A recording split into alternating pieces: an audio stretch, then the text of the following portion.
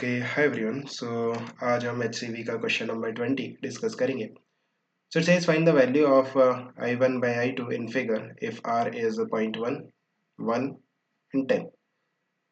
Note from your answers that in order to get more current from a combination of two batteries, they should be joined in parallel if the external resistance is small, and in series if the external resistance is large as compared to the internal resistances. Fine. सो आप देखो ये जो दो circuits हैं ये हमें question में given है। आप इन दो सर्किट को अगर ध्यान से देखोगे देन आपके पास बेसिकली दो बैटरीज है ना, 6 वोल्ट की दो बैटरीज हैं जिनका इंटरनल रेजिस्टेंस 1 ओम है। फर्स्ट वाले सर्किट में इन दो बैटरीज को हमने सीरीज में लगाया है और सेकेंड वाले केस में इन दो बैटरीज को हमने पैरेलल में लगाया है, और जो एक्सटर्नल रेजिस्टेंस है वो सेम है दोनों ही केसेस में, that is capital are. So first वाले सर्किट में जो करंट है दैट इज I1 और सेकंड वाले सर्किट में जो करंट है दैट इज I2, इनका रेशियो हमें चेक करना है। सो आप देखो कि अगर हम फर्स्ट वाले सर्किट की बात करें देन ये जो 6 वोल्ट की दो बैटरीज हैं ये सीरीज में कनेक्टेड है। देन इक्विवेलेंट ईएमएफ कितना हो जाएगा, E1 प्लस E2। E1 कितना है 6, E2 कितना है 6, तो ये कितना हो जाएगा 12 वोल्ट। इक्विवेलेंट रेजिस्टेंस कितना हो जाएगा, बेसिकली हम इंटरनल रेजिस्टेंस की बात कर रहे हैं। सो यहाँ पे 1 ओम है और यहाँ पे भी 1 ओम है, that is R1 plus R2। सो ये कितना हो जाएगा 1 प्लस 1 विच इज 2 ओम। सो ये जो दो बैटरीज है इनके कॉम्बिनेशन को हम एक सिंगल बैटरी से रिप्लेस कर सकते हैं जिसका इक्विवेलेंट ईएमएफ 12 वोल्ट होगा और जिसका इक्विवेलेंट इंटरनल रेजिस्टेंस 2 ओम होगा, राइट। और यहाँ पे हमारे पास ये एक्सटर्नल रेजिस्टेंस है जिसकी वैल्यू कैपिटल आर है, और इस सर्किट से जो करंट पास करेगा that is I1। So I1 की वैल्यू कितनी होगी, जो EMF है बैटरी का that is 12 divided by total resistance that is capital R plus 2। So capital R plus 2, this is the value of I1। Now अगर हम second वाले circuit की बात करें, सो इस सर्किट में आपके पास ये जो दो बैटरीज हैं ये बेसिकली पैरेलल में कनेक्टेड है और इनका इंटरनल रेजिस्टेंस 1 है, दोनों का इंटरनल रेजिस्टेंस 1 है। तो आप देखो हम इस बैटरी के कॉम्बिनेशन को एक इक्विवेलेंट बैटरी से रिप्लेस करना चाहते हैं। सो equivalent internal resistance that is 1 upon R equivalent, this will be 1 upon R1 plus 1 upon R2. R1 is the internal resistance of first battery, R2 is the internal resistance of the second battery। दोनों का जो internal resistance है वो 1 है। so 1 upon 1 plus 1 upon 1 which is 1 upon, okay, 1 plus 1 which is 2।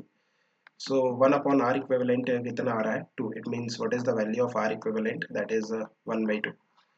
now equivalent battery का EMF आप कैसे find out करोगे, पैरेलल में क्या होता है E equivalent upon R equivalent that is equal to E1 by R1 plus E2 by R2, है ना।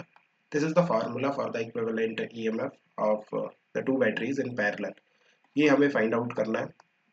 डिवाइडेड बाय R इक्विवेलेंट की वैल्यू 1 by 2 है, that is equal to E1 कितना है 6, उसका इंटरनल रेजिस्टेंस 1, E2 भी कितना है 6, उसका इंटरनल रेजिस्टेंस 1। सो 6 और 6 कितना हो गया 12, और ये हाफ का इधर जाके आप मल्टीप्लाई कर दो। सो ई इक्विवेलेंट कितना आ जाएगा 12 इंटू हाफ विच इज 6। सो ये जो दो बैटरीज हैं पैरेलल में कनेक्टेड है इनको हम एक सिंगल बैटरी से रिप्लेस कर सकते हैं जिसका इक्विवेलेंट ईएमएफ होगा 6 और इक्विवेलेंट इंटरनल रेजिस्टेंस होगा हाफ। तो देखो ये जो सर्किट है यहाँ पे मैं एक सिंगल बैटरी बनाऊंगा इक्विवेलेंट बैटरी और उसका इक्विवेलेंट इंटरनल रेजिस्टेंस जिसकी वैल्यू कितनी है हाफ, और ई की वैल्यू कितनी है 6, और यहाँ पे आपके पास एक resistance external resistance capital R है। इस सर्किट में जो करंट है दैट इज I2 की वैल्यू कितनी होगी, EMF of the battery that is 6 divided by total resistance of the circuit that is capital R plus half. So this will be capital R plus half. So ये I2 है, right. आप अगर ऊपर जाके I1 की value check करोगे, सो I1 की जो वैल्यू निकल के आई थी 12 अपॉन R प्लस 2 ना। I1 की वैल्यू कितनी है, I1 की वैल्यू है 12 अपॉन R प्लस 2।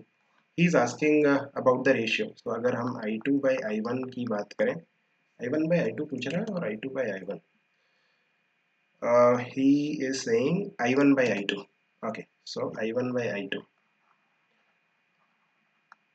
अब देखो I1 by I2, अगर आप I1 और I2 को आपस में डिवाइड करोगे सो ये कितना हो जाएगा 12/R+2 divided by 6 divided by R plus half.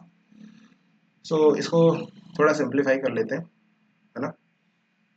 So 12/R+2 और ये हो जाएगा R प्लस हाफ प्लस 6, ये 6 टू टाइम्स हो जाएगा, तो ऊपर न्यूमरेटर जो है वो 2R+1 हो रहा है, 2R+1 divided by R+2। This is the value of the I1 by I2। Now आपके पास तीन केसेस दे रखे हैं। फर्स्ट केस में आपको R की वैल्यू कितनी लेनी है 0.1। अगर R की वैल्यू 0.1 होगी देन ये जो रेशियो है, आप देखो R की वैल्यू 0.1 हो गया, सो 1.2 डिवाइडेड बाय R की वैल्यू अगर 0.1 है सो 2.1, can simplify this will B 12/21, है ना। ये आप इजीली सॉल्व कर सकते हो। सेकेंड केस में R की वैल्यू आपको लेनी है 1। सो अगर R की वैल्यू 1 है देन ये न्यूमरेटर कितना हो जाएगा 3 और डिनोमिनेटर कितना हो जाएगा 3, so this will be 1, right। Third case में आपको R की वैल्यू कितनी लेनी है 10, so न्यूमरेटर कितना हो जाएगा 21 और डिनोमिनेटर कितना हो जाएगा 12, राइट। नाउ एक्चुअली ये तो सॉल्व हो गया, बट अगर आप इस रेशियो को थोड़ा एनालाइज करो, सो ये रेशियो आपको क्या बताता है बेसिकली। हम क्या कर सकते हैं 2R+1/R+2 को एक काम करते हैं इस तरह से लिख देते हैं। देखो न्यूमरेटर को मैं 2R प्लस 4 माइनस 3 लिख सकता हूँ। 2R, ये 1 ही है, 4 minus 3 that is 1 only, divided by R+2, है ना, ये डिनोमिनेटर है। नाउ आप देखो ये जो रेशियो है दिस इज 2R+2 माइनस 3, और ये जो डिनोमिनेटर है इसको हम अलग अलग ले लेते हैं R+2 और यहाँ पर भी R+2। सो ये कितना आ रहा है 2 minus 3 divided by R+2। This is the ratio which is I1 by I2। Now what will happen, आप देखो ये जो रेशियो है जैसे जैसे R की वैल्यू इंक्रीज होगी, जो कैपिटल R है which is the external resistance, उसकी वैल्यू जैसे जैसे इंक्रीज होगी R+2 इसकी वैल्यू इंक्रीज होगी, राइट। सो ये जो टर्म है ये 3/R+2 ये क्या होगा डिक्रीज होगा, राइट। अगर ये डिक्रीज हो रहा है देन ओवरऑल जो टर्म है वो इंक्रीज होगा। इट मीन्स I1/I2 का जो रेशियो है वो इंक्रीज होगा, राइट। सो जैसे जैसे आपका कैपिटल R इंक्रीज हो रहा है वैसे वैसे ये जो रेशियो है वो भी इंक्रीज हो रहा है। अगर मैं R को 0 से इनफाइनाइट तक वेरी करूं, लेट्स से अगर मैं R की वैल्यू 0 लेता हूँ, R की वैल्यू 0 लेता हूँ, then what will be I1 by I2।